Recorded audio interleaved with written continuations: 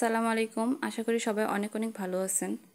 আজকের ভিডিওতে আমরা পড়ব লন্ডন 1802 সম্পর্কে। লন্ডন 1802 এই কবিতাটি নিয়ে আলোচনা করব। এই কবিতাটির থিম নিয়ে আজকে আলোচনা করব।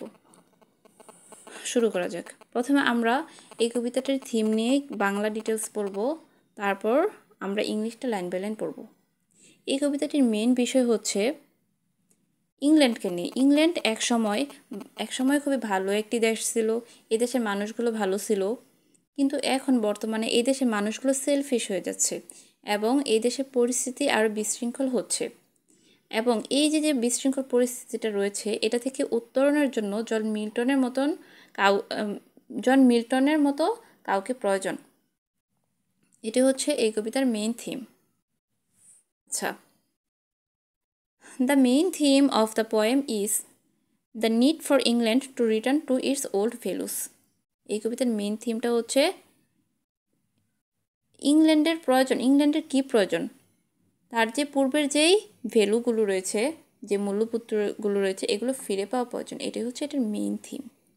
অর্থাৎ is calling for a moral and spiritual revival. Revival মানে হচ্ছে যে পুনর্জাগরণ। অর্থাৎকে বলা হয় যে এই যে নৈতিক এবং যে আধ্যাত্মিক যেই বিষয়গুলো রয়েছে, সেগুলো কি আবার প্রতিষ্ঠা করে, পুনর্জাগরণ করে। এটা হচ্ছে অর্থোয়াতের সম্পর্কে ছোট্ট একটা ইনফরমেশন। হি ফিলস দ্যাট সে অনুভব করে যে the country is not what, এটা তেমনটা নেই। ইট ইউজ টু বি, যেটা আগে ছিল। ইউজ টু বি মানে হচ্ছে আগে যা ছিল। And that the people need to back, মানে মানুষের কি প্রয়োজন ফিরে পাওয়া। To being good, honest and brave, এই যে গুণগুলো, এগুলো ফিরে পাওয়া দরকার। এটাই হচ্ছে মেইন থিম। এই যে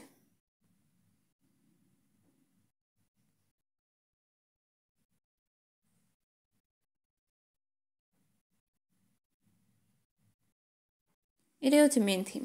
মেন থিমটা কি, যে প্রথমে হচ্ছে আমরা মেন থিমটা লিখবো, তারপর অর্থ সম্পর্কে ছোট্ট একটা ইনফরমেশন দিব, তারপরে হচ্ছে সে কি ফিল করে, দেশ সম্পর্কে কি ফিল করে, যে আগের মতো দেশটার নাই, আর যে ভালো গুণগুলো এগুলো আবার ফিরে পেতে হবে। ওকে, শেষ। এখন মেন থিমটাকে আমরা সাপোর্ট করার জন্য নিচে আমরা কয়েকটা লাইন দিব।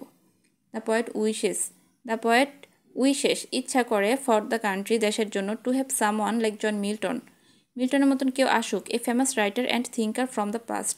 অতীতের যে একজন ফেমাস বিখ্যাত একজন রাইটার ছিল এবং থিঙ্কার ছিল জন মিল্টন, সে আসুক, তার মতো কেউ একজন আসুক। To come and show the people how to live with honour and virtue, মানে মানুষদেরকে দেখাতে হবে যে কীভাবে সম্মানের সাথে বাঁচতে হয়, মানুষজন এটা জানে না। এই জন্য মিল্টনের মতো কাউকে আসতে হবে। The poem is about loss of this important qualities. এই কবিতাটি কী সম্পর্কে লেখা? এই যে গুরুত্বপূর্ণ কোয়ালিটিগুলো রয়েছে, এগুলো যে হারিয়ে ফেলেছে, ইংল্যান্ড যে এই জিনিসগুলো হারিয়ে ফেলেছে, এটা সম্পর্কে লেখা। অ্যান্ড ওর্থওয়ার্স হুপ দ্যাট, সে আশা করে যে বাই লুকিং আপ টু মিল্টনের এক্সাম্পল দেখানোর মাধ্যমে the country can become great once more, এই দেশটি আরও বেশি মানে মহৎ হতে পারে, ভালো হতে পারে। তাহলে এই যে লাইনটা, এই লাইনটা কিন্তু দুইটা লাইনে মিশ্রণে লেখা। প্রথম হচ্ছে যে ধরো একজন স্টুডেন্ট হচ্ছে যে সে নিজে খারাপ স্টুডেন্ট, সে পড়াশোনা করে না, পড়াশোনার যে অবস্থাটা সেটা তার একদম বাজে, ভালো না, খারাপ। সে এক সময় ভালো স্টুডেন্ট ছিল, বর্তমানে তার অবস্থা খারাপ, কিন্তু সে এই সিচুয়েশনে সে ফিল করতে পারতেছে যে তার পড়াশোনার অবস্থা ভালো না, তার পড়াশোনার অবস্থা খারাপ, তাকে আরও বেটার হতে হবে। সে কী করলে ভালো হবে? পূর্বে যে ভালো ছিল, পূর্বে যেই ডিসিপ্লিনগুলো মানার ফলে, যে স্টাডি করার মাধ্যমে সে ভালো রেজাল্ট করতো, আগে যে ভালো ছিল, ওই যে নিয়মগুলো মানলে আবার সে ভালো হবে। এখন সে খারাপ হয়ে গেছে। এটাও ঠিক সেম, এখানে দুইটা ব্যাপার নিয়ে লেখা হয়েছে। প্রথমটা নেগেটিভটা হচ্ছে এই দেশটা ভালো না, পজিটিভটা হচ্ছে এটা ভালো হবে, ভালো করা সম্ভব, এটা নিয়ে।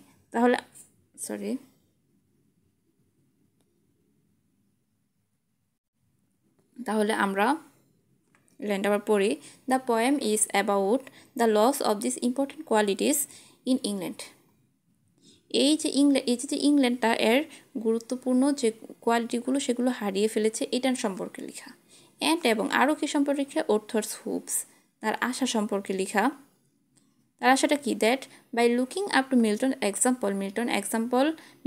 এক্সাম্পল দেখানোর মাধ্যমে the country can become great once more, এই দেশটা কি আরও ভালো হবে।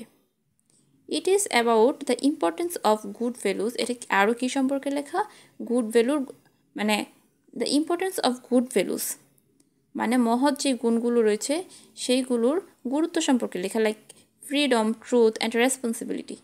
এই যে জিনিসগুলো এগুলো মুখস্থ করতে হবে, freedom, truth and responsibility in making a country strong and proud. এগুলো কি একটি দেশকে স্ট্রং বানায়। তাহলে একটি দেশকে কি স্ট্রং বানায়, কিছু ভালো গুণাবলী, যেমন কি ফ্রিডম, ট্রুথ অ্যান্ড রেসপন্সিবিলিটি। তাহলে পুরোটা যদি আমরা সামারি করি, প্রথম হচ্ছে মেন থিমটা লিখতে হবে, দ্বিতীয়ত হচ্ছে কবি অর্থ সম্পর্কে কিছু ইনফরমেশন দিতে হবে, দ্বিতীয়ত তার ফিলিংস সম্পর্কে লিখতে হবে। ফিলিংসটা হচ্ছে যে পূর্বে এই দেশটা ভালো ছিল, এই দেশটা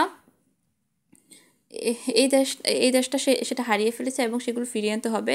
তারপর বলছে যে সে ইচ্ছা করে মিল্টনের মতো কেউ আসুক, সে আশা পোষণ করে মিল্টনের মতো কেউ আসুক এবং কি দেশটাকে মানুষদেরকে কীভাবে সম্মানের সাথে বাঁচত সেটা তাদেরকে দেখিয়ে দিক।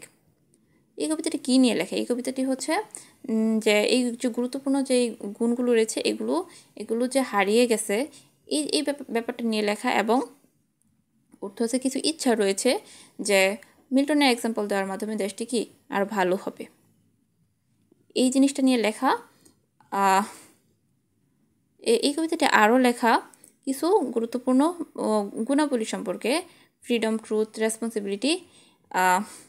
এই জিনিসগুলো কি একটি দেশকে কি আরও শক্তিশালী করে এবং গর্বিত করে।